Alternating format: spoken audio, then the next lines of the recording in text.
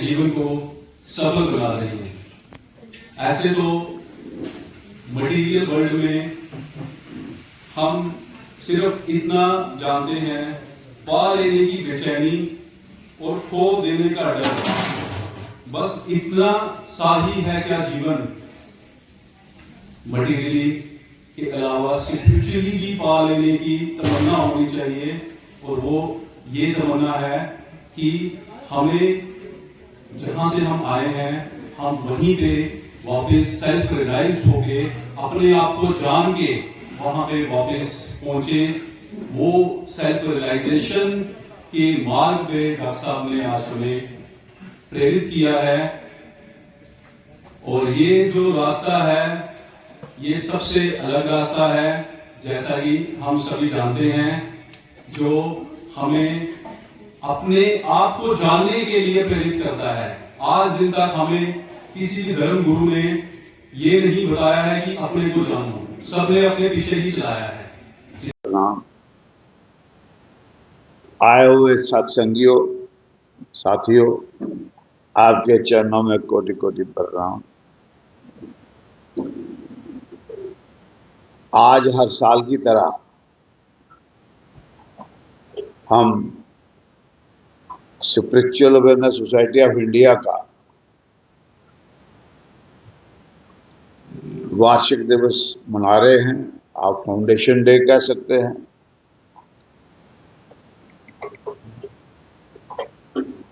इस दिन के सिलसिले में आप ये एक बड़ी बात आपको मैं कहना चाहता हूं कि परम पूज्य डॉक्टर साहब का विजन था कि जिन्होंने आज से तकरीबन 40 साल पहले ये एक दिल में बात उनके आई कि एक spiritual awareness society of India जो है उसके नाम से एक हमारी संस्था जो है, जो गैर सियासी होगी और वो एक किस्म की धार्मिक ही होगी, मगर आम जो सिस्टम है उससे हट के होगी। तो डॉक्टर साहब ने ये सेवा मेरे नाम की, और डॉक्टर साहब के प्रयास से, डॉक्टर साहब के आशीर्वाद से ये सोसाइटी हमारी रजिस्टर हुई। और उसके बाद डॉक्टर साहब ने पीछे नहीं देखा, बल्कि हमेशा कोशिश की कि इस सोसाइटी के प्रोग्राम होते रहें, वो अपने लोगों तक संदेश पहुंचाते रहें और लोगों को एक असली, जिसको कहते हैं जीने की राह जो है वो बताएं। डॉक्टर साहब ने कहा ओम का उच्चारण करिए, 5 मिनट सुबह 5 मिनट शाम को, जिसको दिन में फुर्सत मिले दिन को भी कर सकता है, रात को अगर करना रात को कर सकता है, उसमें कोई एतराज नहीं है। मगर बजाय इसके कि हम भगवान को कहीं इधर जाके ढूंढे कहीं उधर जाके ढूंढे, उन्होंने कहा कि हम परम पिता परमात्मा के अंश हैं, और अगर हम अंश हैं तो हमें अपने अंदर झांकना चाहिए, और अंदर झांकने से हमको एहसास हो जाएगा, आत्मज्ञान हो जाएगा कि वाकई हम परम पिता परमात्मा के अंश। हर आदमी परेशान नजर आता है, वो कोशिश करता है कि मुझे किसी ढंग से ज्ञान हासिल हो जाए, आत्मज्ञान हासिल हो जाए, मुझे मुक्ति मिल जाए। मगर शायद जिन लोगों के पीछे वो मुक्ति के लिए दौड़ते हैं, उनकी मुक्ति कहीं और हो जाती है, ना कि वो अपने जो शिष्य हैं उनको मुक्ति दिलवा सकते हैं। डॉक्टर साहब ने जो ओम का रास्ता दिखाया है, ये एक साइंटिफिक भी है कि सिस्टम सारा साउंड एंड लाइट पे खड़ा है। तो इसको अगर आप ओम का उच्चारण करें तो आपको खुद अनुभव हो जाएगा कि डॉक्टर साहब ने जो रास्ता दिखाया ठीक रास्ता दिखाया। डॉक्टर साहब ने कहा मैं ये नहीं चाहता कि जो मेरे अनुयायी हैं, जो मेरे मुझ में श्रद्धा रखते हैं, वो अंधश्रद्धा नहीं रखें, अंध भगत ना बन जाएं कि वो आंखें बंद के कर कहें कि डॉक्टर साहब ने कहा हम भी करेंगे। बल्कि खुद करो, उसका अभ्यास करो और कोशिश करो कि आपको उसमें से क्या आता है, क्या आपके अंदर से नजर आता है, वो आप पहले किसी से अगर नहीं करते तो डॉक्टर साहब ने कहा मुझसे शेयर करो, मैं आपको उसके बारे में थोड़ा बता सकता हूँ, बजाय इसके कि मैं आपको कुछ कहूँ और आप कहो नहीं हमने इसी लाइन पे चलना है। उस लाइन पे चलो अपने तजुर्बे से, कि जो आप हासिल करते हो उसके मुताबिक, ताकि जब आप चलोगे, उन्होंने कहा मुझे भी इस बात का फख्र होगा कि मैंने अपने एक सत्संगी को एक अच्छे रास्ते लगाया और वो उस रास्ते में कामयाबी हासिल कर रहा है, वो आत्मज्ञान हासिल कर रहा है, वो मुक्ति की तरफ जा रहा है।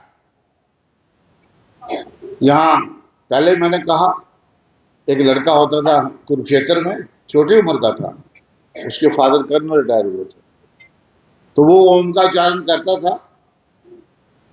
तो वो जब ओम का उच्चारण करता था, डॉक्टर साहब ने उसको कहा था भाई जो तेरा अनुभव हो आपने कापी पे लिख रखना और फिर मुझसे डिस्कस कर।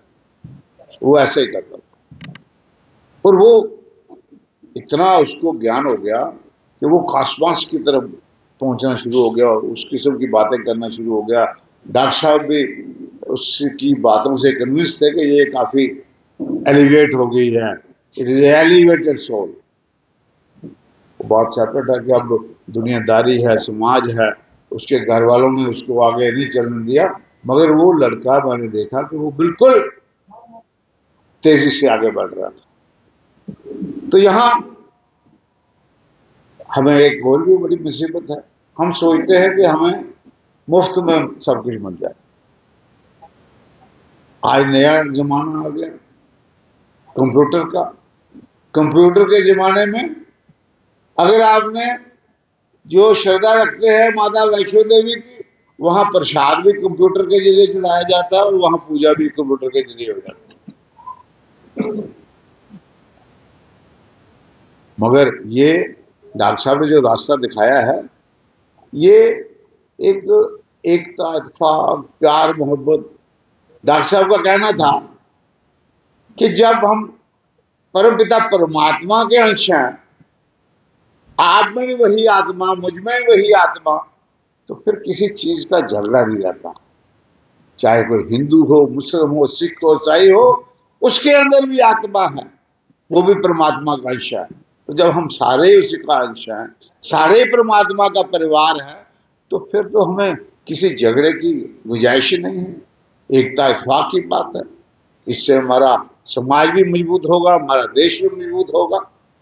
हमारी कोशिश यही होती है कि हम आत्मज्ञान हासिल करें, एक अच्छे समाज का हिस्सा बने, एक अच्छा समाज बनाएं, समाज में कोई तब्दीली लाएं, लोग समझे कि ये जो संस्था है ये सब लोगों से, सब जो तरीकाकार है लोगों का पूजा करने उससे हटके है, और ये संस्था आसान रास्ता दिखाती है कि आपको ओम का उच्चारण करना। बड़े साथी मेरे, मैंने देखा इस उत्सव में हमको ये कोशिश करनी चाहिए कि डॉक्टर साहब का दिया हुआ संदेश इसको ज्यादा से ज्यादा फैलाएं, क्योंकि इस संदेश में सबसे बड़ी बात है भाईचारे की बड़ी वो, कि जब हम परमपिता परमात्मा का अंश हैं, हर आदमी में आत्मा है, जिसमें आत्मा है वो परमपिता परमात्मा का अंश है, तो फिर तो कोई डिफरेंस की बात नहीं है। इसलिए आज वक्त की जरूरत है कि जो डॉक्टर साहब का ये संदेश है कि ओम का उच्चारण करिए, आत्मज्ञान करिए। जब आपको आत्मज्ञान होगा फिर आपको कोई पराया नहीं लगेगा, सब अपने लगेंगे। आज ये बड़ी जरूरत है, समाज को जरूरत है, देश को जरूरत है, और मुझे उम्मीद है कि हमारे जो सत्संगी साथी आए हैं, मातृशक्ति आई है, ये काफ़ी दिलचस्पी लेते हैं, हर प्रोग्राम में आते हैं, और खासकर हमारे जो कुरुक्षेत्र के भाई आए हैं, इनको भी मैं मुबारक देता हूँ, इनका भी स्वागत करता हूँ कि ये भी हर सत्संग में यहाँ आने की कृपा करते हैं।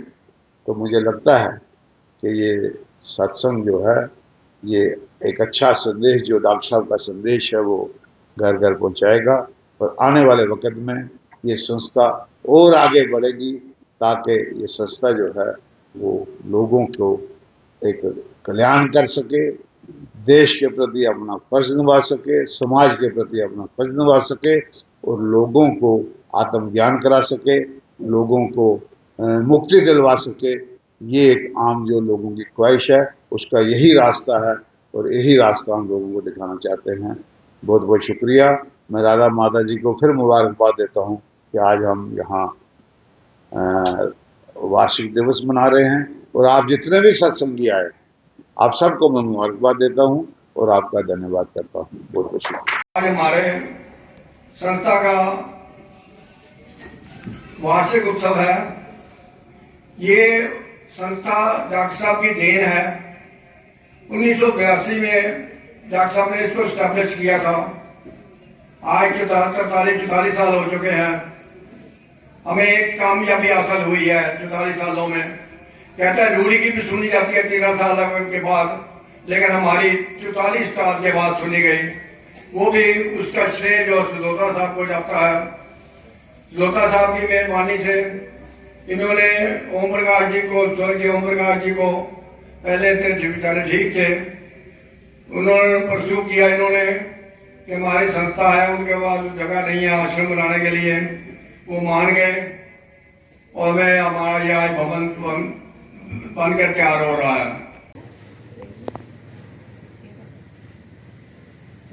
सबसे पहले तो डॉक्टर साहब के चरणों में कोटि कोटि प्रणाम, राधा माता जी के चरणों में कोटि कोटि प्रणाम और यहाँ पे आए सभी सत्संगी जो हैं उनको मेरा अभिनंदन और मेरा प्रणाम। और सभी को आज जो वार्षिक सम्मेलन है उसकी बहुत बहुत बधाई है। तो मैं आज कोई ना कोई टॉपिक मेरे दिमाग में चल रहा होता है, तो जो मैं सोच रहा हूँ उसके बारे में ही मैं बोलना पसंद करता हूँ। तो आप जैसे सुमित जी ने एक चीज बोली कि मटेरियली तो हम प्रॉस्पर कर रहे हैं, ग्रोथ कर रहे हैं, तो हमें स्पिरिचुअली भी ग्रो करना चाहिए।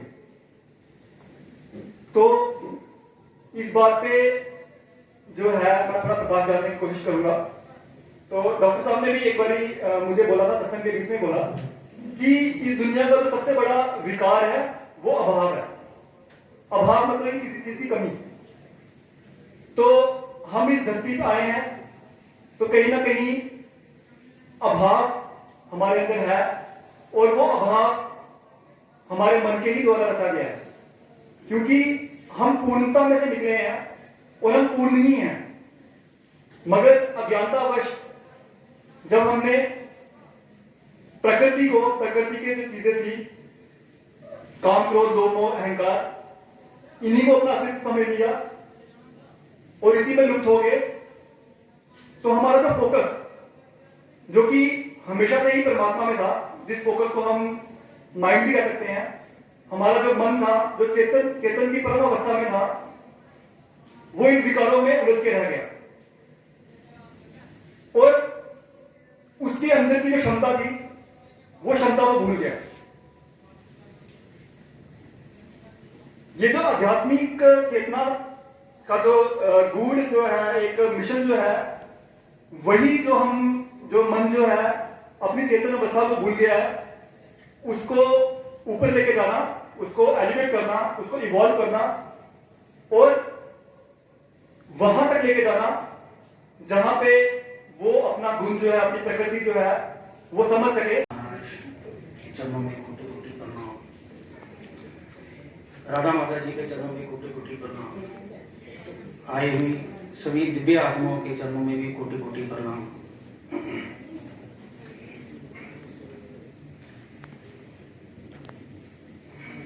आज स्पिरिचुअल अवेयरनेस सोसाइटी अपना वार्षिक सम्मेलन कर रही हैं।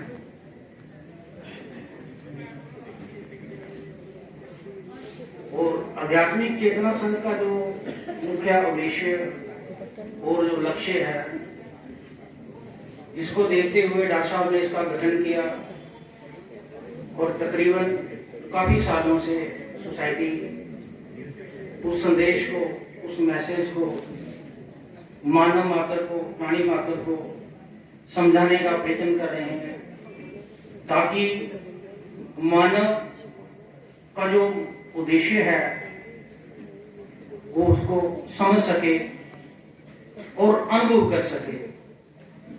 डॉक्टर साहब ने सोसाइटी का जो गठन किया, उसका जो मुख्य उद्देश्य है वो है आत्मबोध।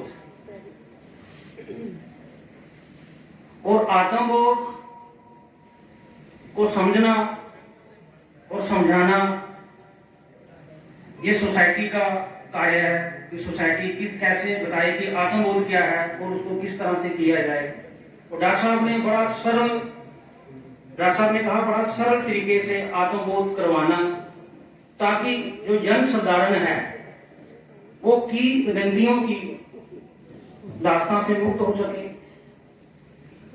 वो धर्म गुरुओं के प्रपंच जाल से मुक्त हो सके और आत्म संस्कार कर सके, आत्मबोध कर सके और आवागमन के विकराल काल चक्र से मुक्त हो सके। ये डॉक्टर साहब का उद्देश्य है।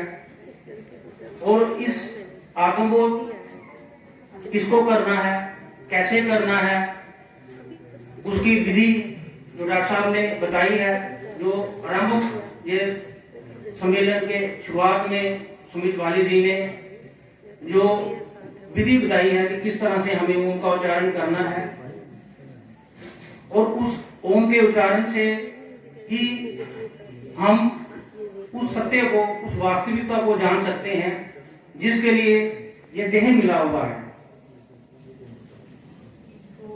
और देह का जो अभ्यास है, हमें हर समय, अभी भी हम जहां बैठे हुए हैं, जो ख्याल में हमारे देह ही है, अनुभव में भी देह ही है, लेकिन वास्तविक डॉक्टर साहब कहते थे कि आप परमात्मा के अंश हैं, आप आत्मा हैं। लेकिन आत्मा तो हैं, लेकिन अज्ञानता के कारण, अविद्या के कारण आप अपने आप को देह मान के, इंद्रियां मान के, मन मान के, बुद्धि मान के जीवन को जी रहे हैं। और हर समय आपको जो दुख है, किसी ना किसी तरह का दुख अनुभव हो रहा है, महसूस हो रहा है। आप किसी को बता तो नहीं पाते, लेकिन अनुभव करते हो, महसूस करते हो, मन के द्वारा महसूस करते हो और बुद्धि के द्वारा अपने विचारों को व्यक्त करते हो। डॉक्टर साहब कहते हैं कि ये जो सारा जो वास्तविक जो आपका स्वरूप है, ये तो रूप है, वास्तविक जो आपका स्वरूप है, उसको जब तक आप नहीं जानोगे तो ये मूल जो दुख है ये समाप्त नहीं होगा, और ना ही आप आवागमन के विकराल काल चक्र से मुक्त हो पाओगे। और उसी का जो हम बोलते हैं, जिसको कि जैसे हम अमूमन बोलते हैं कि हमारे कहीं हम जाते हैं, जैसे हम कहीं भी जाते हैं तो होता क्या है, वहां पे जाके हमारा कोई कार्य सिद्ध हो जाता है तो हम कहते हैं कि हमारा भाग्य उदय हो गया। किसी की नौकरी लग जाती है तो भाग्य उदय हो गया, किसी की शादी हो जाती है तो भाग्य उदय हो गया, किसी का कारोबार अच्छा चल पड़ा तो भाग्य उदय हो गया, ये लगता है। लेकिन जब वो सत्संग में आता है, सत्संग में आने के बाद उसको ये नहीं लगता कि मेरा भाग्य उदय हुआ है। बाकी लोग कहते हैं कि आपका भाग्य अच्छा था कि आपको सत्संग मिला, लेकिन उसको नहीं लगता। डॉक्टर साहब कहते हैं तब लगेगा उसको जब वो बाहरमुखी से अंतर्मुखी होगा, जिस दिन वो पे बैठना है, जिससे हमारा अर्थ के साथ कनेक्टिविटी नहीं हो। क्योंकि जब हम ओम का उच्चारण करेंगे और अर्थ के ऊपर बैठेंगे, जमीन के साथ जुड़ेंगे, तो जो भी वाइब्रेशंस आ रही हैं हमारी जुपिटर प्लैनेट से वाइब्रेशंस आती हैं जब हम ओम करते हैं, वो सारी की सारी अर्थ हो जाएंगी। इसलिए बोला जाता है कि जब आपने ओम का उच्चारण करना है, बैड कंडक्टर पे बैठना है। दूसरा, आपको अपनी बैकबोन, रीढ़ की हड्डी को बिल्कुल सीधा रखना है जब आपने ओम का उच्चारण करना है। और तीसरी बात, आपने हाथ इस तरह से रखना है, ये हाथ का आपका जो अंगूठा अंदर होगा, ये उंगलियां जो हैं इस अंगूठे के ऊपर होंगी, और आपकी ये बृहस्पति वाली उंगली, फिंगर, ये आपने इस तरह से रखनी है, क्योंकि जब आप ओम का उच्चारण करते हैं, सारी की सारी वाइब्रेशंस जुपिटर प्लैनेट से आती हैं। इसलिए इस फिंगर को हम बृहस्पति की फिंगर बोलते हैं। इतनी प्रक्रिया भी अगर आप याद रखें और इस पूरे विश्वास के साथ इस तरह से आप ओम करेंगे तो बहुत ही अच्छा उच्चारण होगा। और अब हम ओम का उच्चारण करने जा रहे हैं। सभी अपना अपना स्थान ग्रहण करें।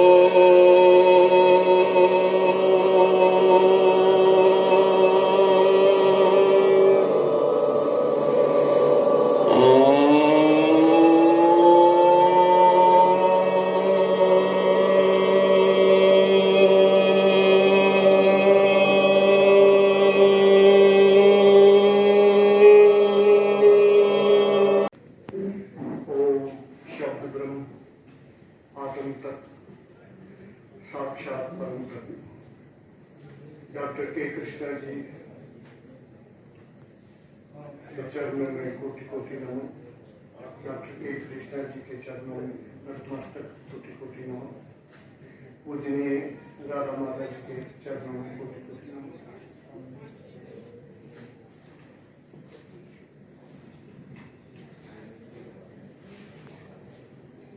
माता जी के द्वारा डॉक्टर साहब की आज्ञा का पालन करना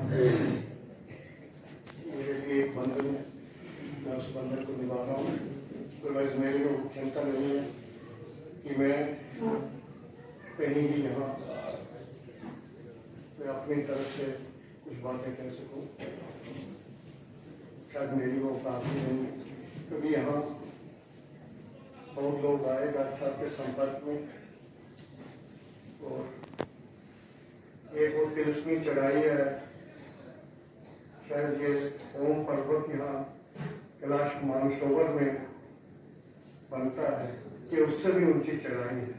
ये तिलस्मी चढ़ाई है, इसमें वही लोग चढ़ सके जो उनमें से गिने चुने हुए आज यहाँ बैठे हुए हैं। ये वो रास्ता डॉक्टर साहब ने जो हमें दिखाया शब्द ब्रह्म का, इस चढ़ाई पे चढ़ने के लिए शायद कर्म को तो मैं मानता नहीं, लेकिन आत्मा का कोई अपना कर्म योग होगा, अपना फल होगा। तो ये आत्माएं जो सौभाग्य लेके डॉक्टर साहब के चरण कमलों में आई और शब्द ब्रह्म की दीक्षा हम सबको पीछे दी। डॉक्टर साहब के बारे में मैं कुछ शब्द कहूँ तो सूर्य को एक छोटा सा दीपक दिखाने के बराबर हो, लेकिन दो तीन बातें चार मैं जरूर आप कहूँगा। उनमें सबसे पहले तो ये कि डॉक्टर साहब ने हमें जो मूल मंत्र ये दिया, लेकिन इसके साथ एक प्रैक्टिकल जो अनुभव मैंने डॉक्टर साहब के समीप बैठे हुए किया वो था कि इंसान तो हम बहुत हैं, शायद 140 करोड़ हैं इस देश में, लेकिन इंसानियत गुम हो चुकी है, लुप्त हो चुकी है। तो डॉक्टर साहब ने इंसानियत को जगाने का एक आह्वान हमें किया कि हम इंसान तो हैं, लेकिन हमें इंसानियत होनी चाहिए। जो हमारे मन में हो वही हमारी वाणी में है। डॉक्टर साहब वो पुण्य आत्मा आज भी हैं, जो उनके दिल में होता था वो बेबाक कहते थे। लफ्जों के हेर फेर से जीना शायद उनसे कोसों दूर था, और मैंने ये गुण डॉक्टर साहब से ग्रहण किया। शायद पहले भी कहीं थोड़ा बहुत होगा, लेकिन डॉक्टर साहब से मैंने ये गुण ग्रहण किया। शायद दुनिया में ये गुण होना जो है आजकल के जमाने में इसे पसंद नहीं किया जाता, उससे कोई फर्क नहीं पड़ता, क्योंकि जो रोशनी का मार्ग हमें डॉक्टर साहब के द्वारा दिया गया है, उस तिरस्मी चढ़ाई पे चढ़ने के लिए यहाँ जो हमारे सत्संगी, जो पुराने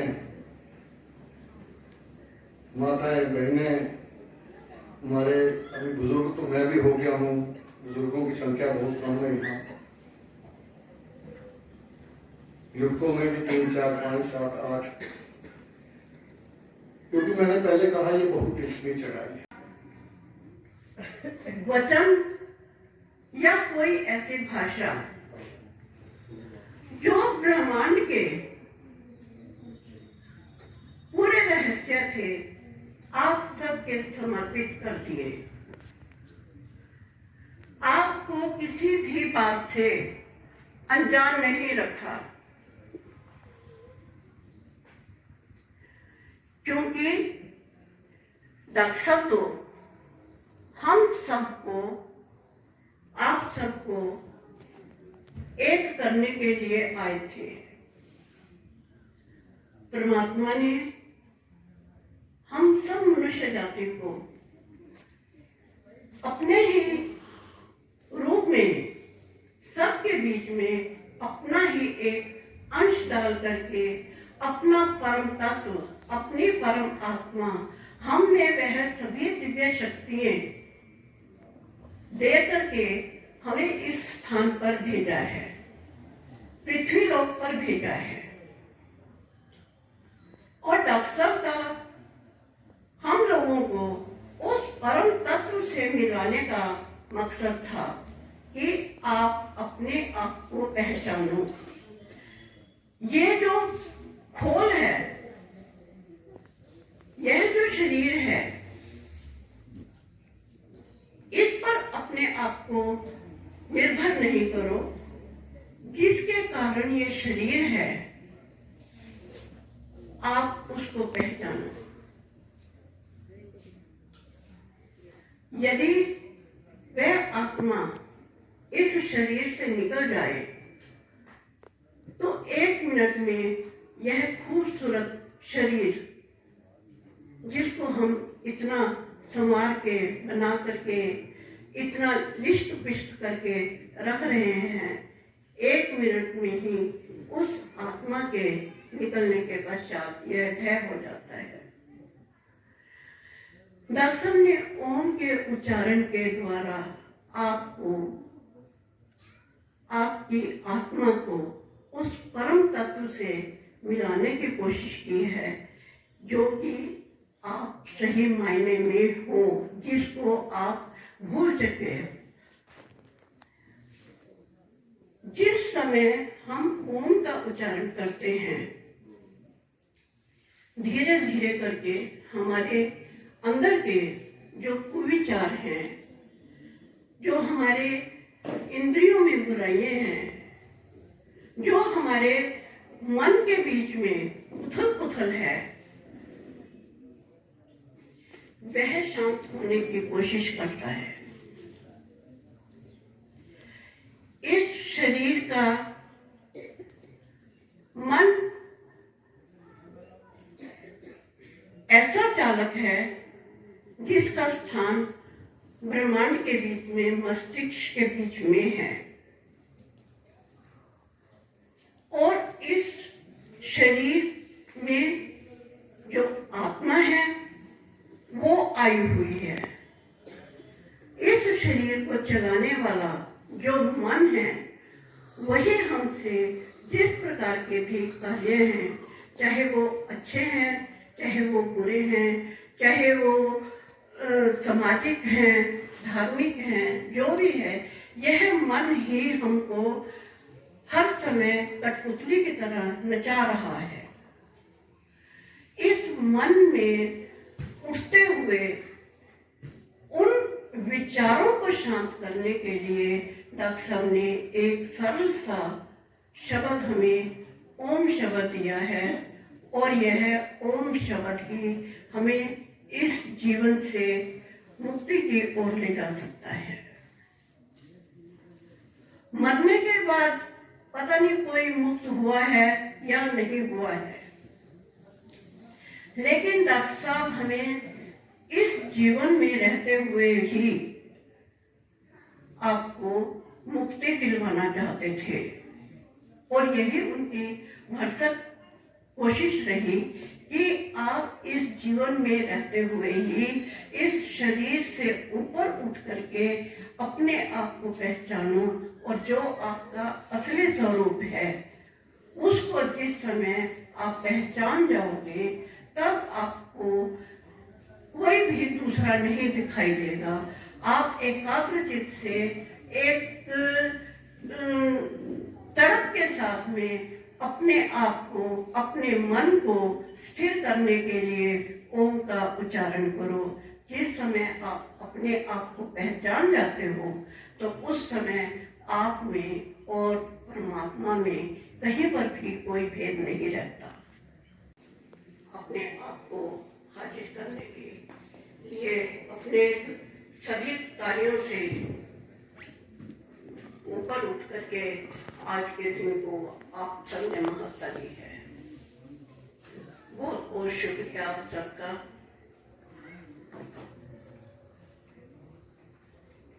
डॉक्टर साहब के शरीर से जाने के पश्चात मैं जानती हूँ कि आप सभी सत्संगियों की मुझ पर नजरें होती हैं, मेरी तरफ आंखें देख रही होती हैं कि डॉक्टर साहब के कुछ ऐसे संदेश, कुछ ऐसी बातें आप सभी सत्संगियों के बीच में सुना सकूं,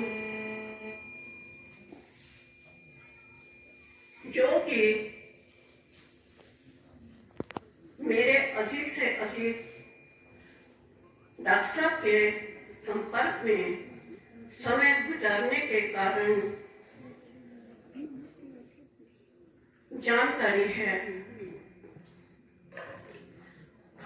वैसे तो कहने सुनने को कुछ भी नहीं रहता था।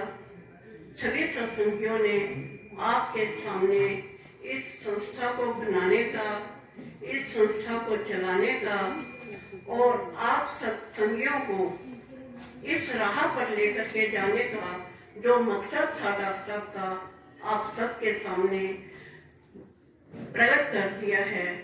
लेकिन आज के दिन यहाँ पर एकत्रित होने का हम सबका यही एक उद्देश्य होता है कि आपस में जो भी आध्यात्मिक चेतना संघ के सदस्य हैं, आपस में सभी सत्संगी एक दूसरे से मिल सके और अपने अपने हृदय के भाव जो एक साल के बीच में आप लोगों के बीच में ये चेंजेस आए हैं, जो आप लोगों ने अनुभव किया है या डॉक्टर साहब के साथ जुड़ने के बाद में आपके जीवन में जो सुधार हुए हैं वह आपस में एक दूसरे के साथ में प्रकट कर सके। कई दफा किशन के रूप में, कहीं पे परमहंस के रूप में, कहीं नूरे इलाही के रूप में, और ना जाने किन किन रूपों के बीच में, और इस जन्म के बीच में डॉक्टर साहब ने केवल कृष्णा रूपी शरीर के बीच में अवतरण लिया, इस समाज को एक सही राह दिखाने के लिए। किसी को अपना एक जन्म भी याद रहे तो उस व्यक्ति का जीना दुर्लभ हो जाता है, और ये परम शक्ति, परम तत्व कृष्णा जी को अपने 5 जन्म याद थे, और डॉक्टर साहब ने अपने हर जन्म का विवरण किया है और बतलाया है कि मैं उस जन्म में इस शरीर में था, और जिस प्रकार आज भी लखनऊ के बीच में डॉक्टर साहब की मजार पर दीपक जलाए जाते हैं, उसी प्रकार डॉक्टर साहब ने जम्मू के बीच में आध्यात्मिक चेतना संघ के लिए यह आश्रम स्थापित करने की भरसक कोशिश की कि इस जगह पर आने के पश्चात कोई भी यहाँ से जिस प्रकार वहाँ की दरगाह से कोई खाली नहीं पहुँचता, इस स्थान पर भी आकर के जो भी जिस प्रकार की भी कोई मुराद लेकर के आएगा, उम्मीद लेकर